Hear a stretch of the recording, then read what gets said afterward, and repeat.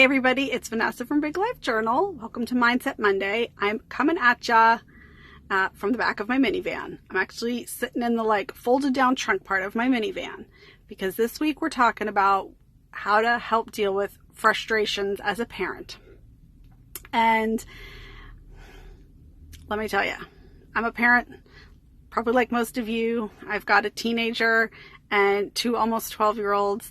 I'm a homeschool mom, work part-time mom, and sometimes I get frustrated.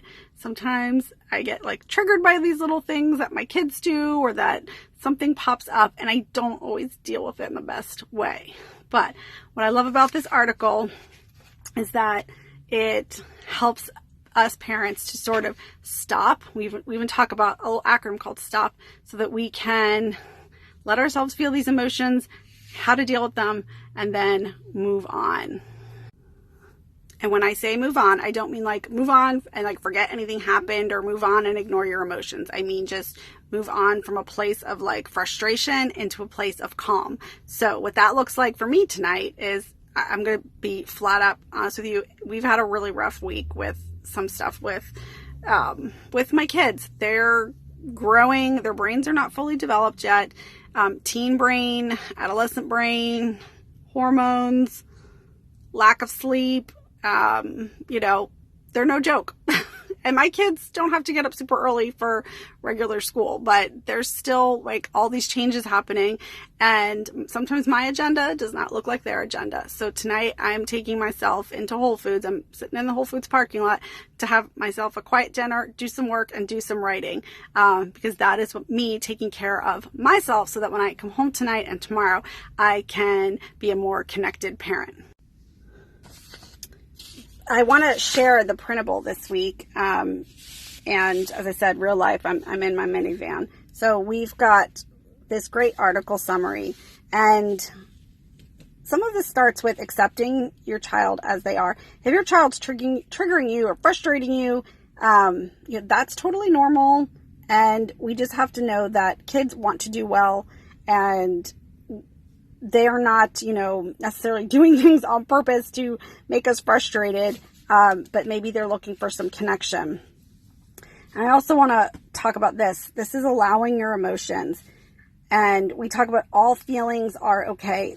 This is really important, to pause and take a breath. I'm not always super awesome about that, but I do love this. Stop what you're doing. Take a few deep breaths. Observe your thoughts and feelings as they are and proceed with whatever you're doing before. Also, the 90-second rule, right? When we resist a feeling, when we just kind of push our feelings aside, they're going to get stuck in our head, right? We have to accept the feeling. And once we do that, we can just kind of say, hey, I am feeling, as I hear, I'm feeling grumpy right now or tired. I've said this to my kids this week. I just said, look, mom's tired and I need a little break. And I can't talk to you about this problem right now, but just give me 20 minutes and then we'll circle back around. And it doesn't always work, but, I have to establish those boundaries and try. And, I said, we have the rest of the tips here. We do have this great printable. Isn't this beautiful?